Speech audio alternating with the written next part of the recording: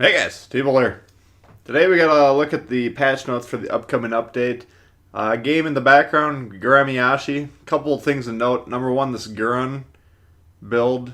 This is the guy that came with the Gramiyashi FE, so he was one of my earliest commanders. Haven't looked at that build. I was playing around with that build for the Tashkent. It's kind of a torpedo-centric build. Not necessarily a horrible build for the Gremmy, but I don't know if it's necessarily optimized for that one. Keep that in mind if you're keeping an eye on the game in the background. Also, this game is a cautionary tale on the perils of suicide torping at the end. You'll see what we're talking about there. Jumping right into the patch notes.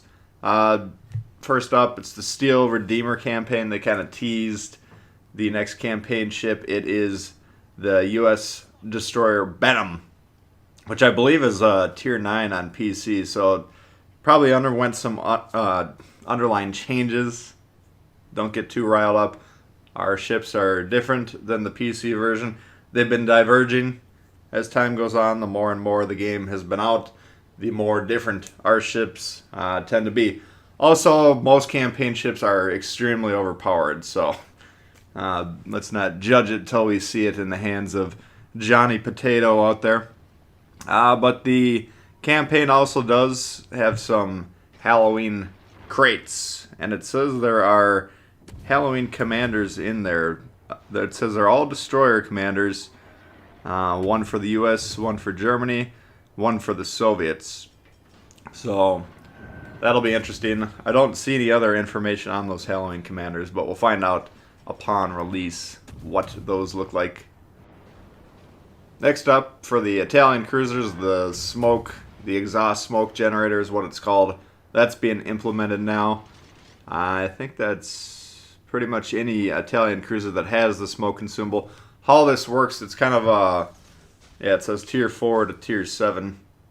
How the smoke works for the Italian cruisers, it kind of keeps up with the ship and it rapidly dissipates. So if you're going full speed at 30 knots, you can stay hidden, as you're moving around with that smoke. It'll basically maintain a little bit of a radius around you as you travel around.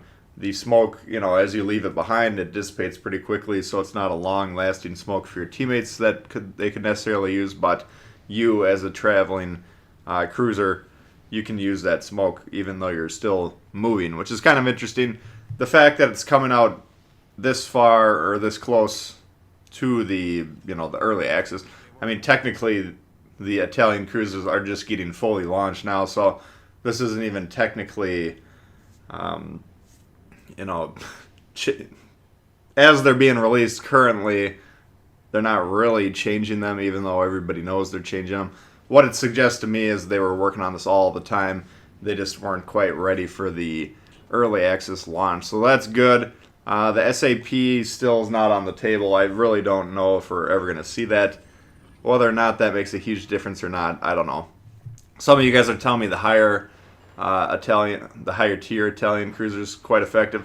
I only have 3 and 4. I think Tier 3 is worthless. I think Tier 4, the more I played with it, the more I fiddled with the build, I ended up liking that one a fair amount. So we'll see. Maybe they're pretty effective as is, but they do lose a little of that pasta flavor without having the SAP. So whether or not that ever happens, we'll see what happens. Of course, the Tier 7 Italian cruiser, Amalfi, that's fully launched as well. So basically, if you've had any of the early access cruisers, you get them, you keep your progress, but now they're fully unlocked.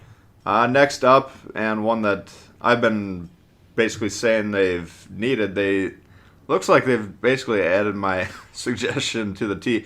Soviet destroyers improvements, mainly gun range. Now, looking up and down the list, they're adding roughly a kilometer per destroyer, which is exactly what the doctor ordered. I think that'll help them out massively. They don't rely on their concealment. I don't even spec them for concealment usually. And but having a closer range was just kind of causing problems for them. We also get some rudder shift time decreases, a little bit of tweaks. A lot of them have decreased chances for steering gears and engine modules to hit. Again, I think that's pretty good since usually they're going to be firing their guns on the move. Default torpedo speeds increased quite a bit.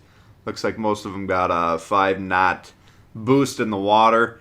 So does that mean you're going to want to take your pod and rush the enemy? Well, in certain situations, yes, you're still going to want to. But those of you that are forcing the torpedoes in dicey situations, kind of like we'll see at the end of this game, you'll continue to die. You just might hit your targets even more often. So whether or not that's a good trade should be evaluated on a case-by-case basis. Usually, my advice would be try and stay alive. Don't just trade your destroyer for a battleship that's not really doing much in the back, but whatever. And then the damage con duration looks like it increased by about 5 seconds across the board as well. So significant boosts to what I think most people could agree was a line that needed a bit of a boost. Rust and Rumble.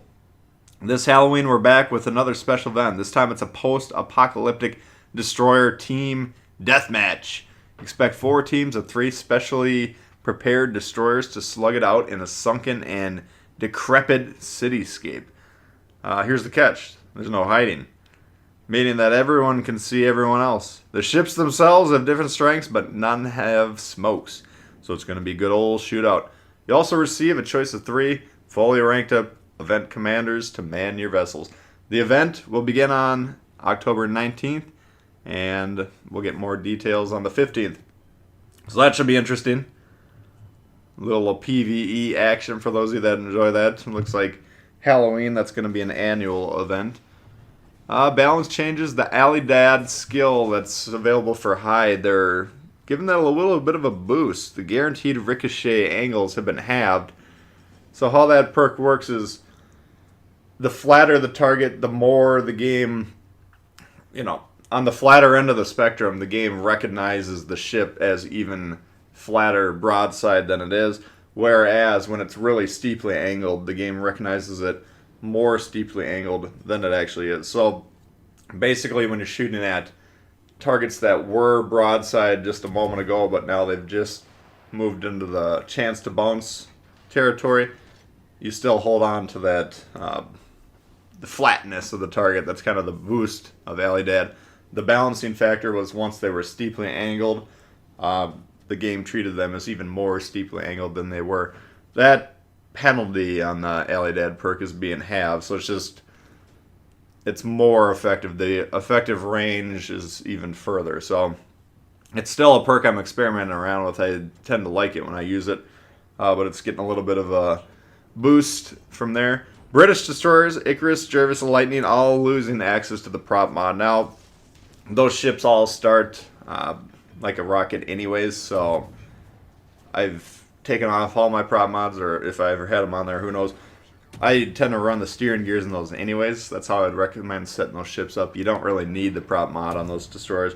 But if you had it on there and you forget to take them off or you don't bother, it doesn't matter. It'll be just removed by your inventory. It's like when I get access to those ships on a trial basis, put the mods on them, and then Wargaming takes them away. The mods just go in my inventory. So next time I need to buy a prop mod, for instance, it'll just be sitting there in the inventory. You won't have to pay any money. So not a huge deal there for anyone. But if you're concerned about it, go ahead and sell it. Prop mods are tier slot too, so I think it's 400k silver coins. Miscellaneous improvements. The main one is being able to highlight a map sector now by pinging it on the tactical map. Will this cause your teammates to understand what's going on around them? No. In fact, it's probably going to be even more confusing for Johnny Potato out there.